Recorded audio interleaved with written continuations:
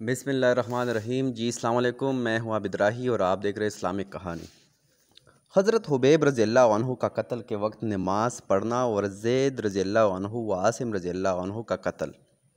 احد کی لڑائی میں جو کافر مارے گئے تھے ان کی عزیزوں میں انتقام کا جوش زور پر تھا۔ سلاپا نے جس کے 2 بیٹے اس لڑائی میں مارے گئے تھے، منت مانی تھی کہ اگر عاصم کا جنہوں نے اس کے بیٹوں کو قتل کیا تھا سر ہاتھ آ جائے تو اس کی کھوپڑی میں شراب پیوں گی۔ اس لیے اس نے اعلان کیا تھا کہ جو عاصم کا سر لائے گا اس کو 100 اونٹ انعام دوں گی۔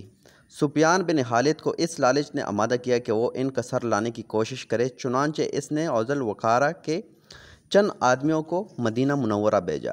ان لوگوں نے اپنے آپ کو مسلمان ظاہر کیا اور حضور اقدس صلی اللہ علیہ وآلہ وسلم سے تعلیم و تبلیغ کے لیے اپنے ساتھ چند حضرات کو بھیجنے کی درخواست کی اور حضرت عاصم رضی اللہ عنہ کے بھی ساتھ بھیجنے کی درخواست کی۔ ان کا وعظ پسندیدہ بتلایا، چنانچہ حضور صلی اللہ علیہ وآلہ وسلم نے چند 10 آدمیوں کو اور بعض روایات میں 6 آدمیوں کو ان کے ساتھ کر دیا، جن میں حضرت عاصم رضی اللہ عنہ بھی تھے۔ راستے میں جا کر ان لے جانے والوں نے بغیہدی کی اور دشمنوں کو مقابلے کے لیے بلایا۔ جو 200 آدمی تھے ان میں سے 100 آدمی بہت مشہور تیر انداز تھے، اور بعض روایات میں ہے کہ حضور صلی اللہ علیہ وآلہ وسلم ان حضرات کو مکہ مکرمہ والوں کی خبر لانے کے لیے بھیجا تھا۔ راستے میں بنو لیان کے 200 آدمیوں سے مقابلہ ہوا۔ یہ مختصر جماعت 10 آدمیوں کی یا 6 آدمیوں کی یہ حالت دیکھ کر ایک پہاڑی پر جس کا نام فت تھا چڑھ گئی۔ کفار نے کہا کہ ہم تمہارے خون سے اپنی زمین رگنا نہیں چاہتے، صرف اہل مکہ سے تمہارے بدلہ میں کچھ مال لینا چاہتے ہیں، تو تم ہمارے ساتھ آ جاؤ، ہم تم کو قتل کریں گے۔ مگر انہوں نے کہا کہ ہم کافر کے عہد میں آنا نہیں چاہتے اور ترکش سے تیر نکال کر مقابلہ کیا۔ جب تیر ختم ہو گئے تو نیزوں سے مقابلہ کیا۔ حضرت عاصم رضی اللہ عنہ نے ساتھیوں سے جوش میں کہا کہ تم سے دھوکہ کیا گیا، مگر گھبرانے کی بات نہیں، شہادت کو غنیمت سمجھو، تمہارا محبوب تمہارے ساتھ ہے اور جنت کی حوریں تمہارے منتظر ہے۔ یہ کہہ کر جوش سے مقابلہ کیا، اور جب نیزہ بھی ٹوٹ گیا تو تلوار سے مقابلہ کیا۔ مقابلوں کا مجمع کثیر تھا، آخر شہید ہو گئے اور دعا کی کہ یا اللہ اپنے رسول صلی اللہ علیہ وآلہ وسلم کو ہمارے قصے کی خبر کر دے۔ چنانچہ یہ دعا قبول ہوئی اور اس وقت اس واقعہ کا علم حضور صلی اللہ علیہ وآلہ وسلم کو ہو گیا، اور چونکہ عاصم رضی اللہ عنہ یہ بھی سن چکے تھے کہ سلاپا نے میرے سر کی کھوپڑی میں شراب پینے کی منت مانی ہے، اس لیے مرتے وقت دعا کی کہ یا اللہ میرے سر تیرے راستے میں کاٹا جا رہا ہے تو ہی اس کا محافظ ہے۔ وہ دعا بھی قبول ہوئی اور شہادت کے بعد جب کافروں نے سر کاٹنے کا ارادہ کیا تو اللہ تعالیٰ نے شہید کی مکیوں اور بعض روایتوں میں بڑوں کا ایک غول بھیج دیا، جنہوں نے ان کی بدن کو چاروں طرف سے گھیر لیا۔ کافروں کو خیال تھا کہ رات کے وقت جب یہ اڑ جائے گی تو سر کاٹ لیں گے، مگر رات کو ایک بارش کی روائی اور ان کی ناش کو بہا لے گئی۔ اسی طرح 7 آدمی یا 3 آدمی شہید ہو گئے، غرض 3 باقی رہ گئے۔ حضرت حبیب رضی اللہ عنہ اور زید رضی اللہ عنہ بن وسنا رضی اللہ عنہ اور عبداللہ بن رضی اللہ عنہ طارق، ان تینوں حضرات سے پھر انہوں نے عہد پیمان کیا کہ تم نیچے آ جاؤ، ہم تم سے بدعہدی نہ کریں گے۔ یہ تینوں حضرات نیچے اتر آئے اور نیچے اترنے کے کفار نے ان کی کمانوں کی تانت اتار کر ان کی مشکیں باندھ دیے۔ حضرت عبداللہ بن رضی اللہ عنہ طارق نے فرمایا کہ یہ پہلی بدعہدی ہے، میں تمہارے ساتھ ہرگز نہ جاؤں گا، ان شہید ہونے والوں کا اقتدار ہی مجھے پسند ہے۔ انہوں نے زبردستی ان کو کھینچا چاہا، مگر یہ نہ ٹلے تو ان لوگوں نے ان کو بھی شہید کر دیا۔ صرف 2 حضرات ان کے ساتھ رہے، جن کو لے جا کر ان لوگوں نے مکہ مکرمہ والوں کے ہاتھ پہ روخت کر دیا۔ ایک حضرت زید بن رضی اللہ عنہ اسنا، جن کو صفوان بن امیہ نے 50 اونٹ کے بدلے میں خریدا تاکہ اپنے باپ امیہ کے بدلے میں قتل کرے۔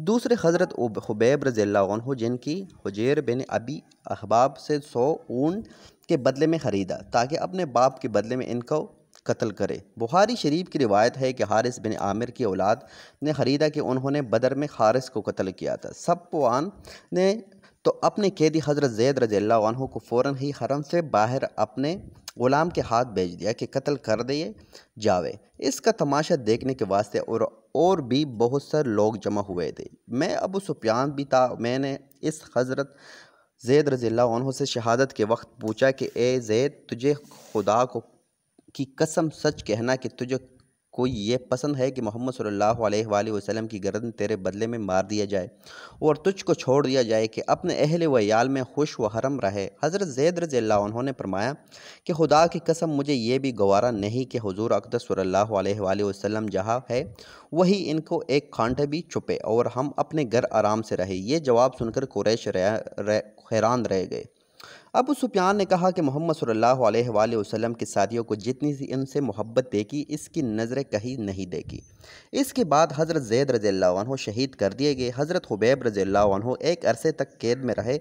حجیر کی باندی جو بعد میں مسلمان ہو گئی کہتی ہے کہ جب حبیب رضی اللہ عنہ ہم لوگوں کی قید میں تھے تو ہم نے دیکھا کہ حبیب رضی اللہ عنہ ایک دن انگور کا بہت بڑا خوشہ آدمی کے سر کے برابر ہاتھ میں لیے ہوئے انگور کھا رہے، اور مکہ میں اس وقت انگور بالکل نہیں تھا۔ وہی کہتی ہے کہ جب ان کے قتل وقت قریب آئے تو انہوں نے صفائی کے لیے استرا مانگا، وہ دے دیے گئے۔ اتفاق سے ایک کمسن بچہ اس وقت حبیب رضی اللہ عنہ کے پاس چلا گیا۔ ان لوگوں نے دیکھا کہ استران کے ہاتھ میں ہے اور بچہ کے پاس یہ دیکھ کر گھبرائے۔ حبیب رضی اللہ عنہ نے فرمایا کہ کیا تم یہ سمجھتے ہو کہ بچے کو قتل کر دوں گا؟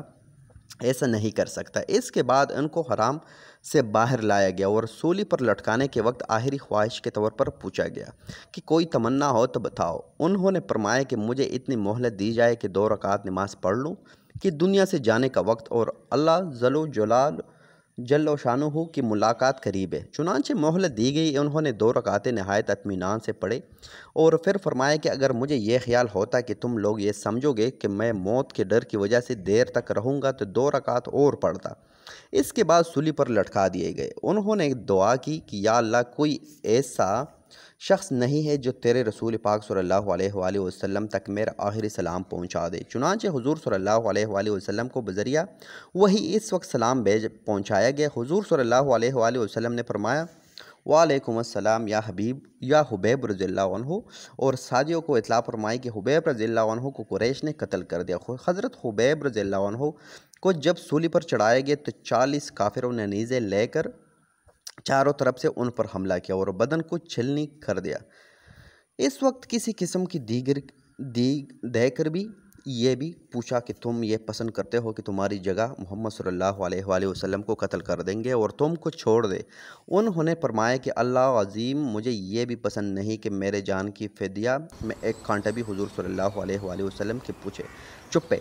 ویسے تو ان قصوں کا ہر لفظ عبرت ہے، لیکن اس قصے میں 2 چیزیں خاص طور پر سے قابل قدر اور قابل عبرت ہے۔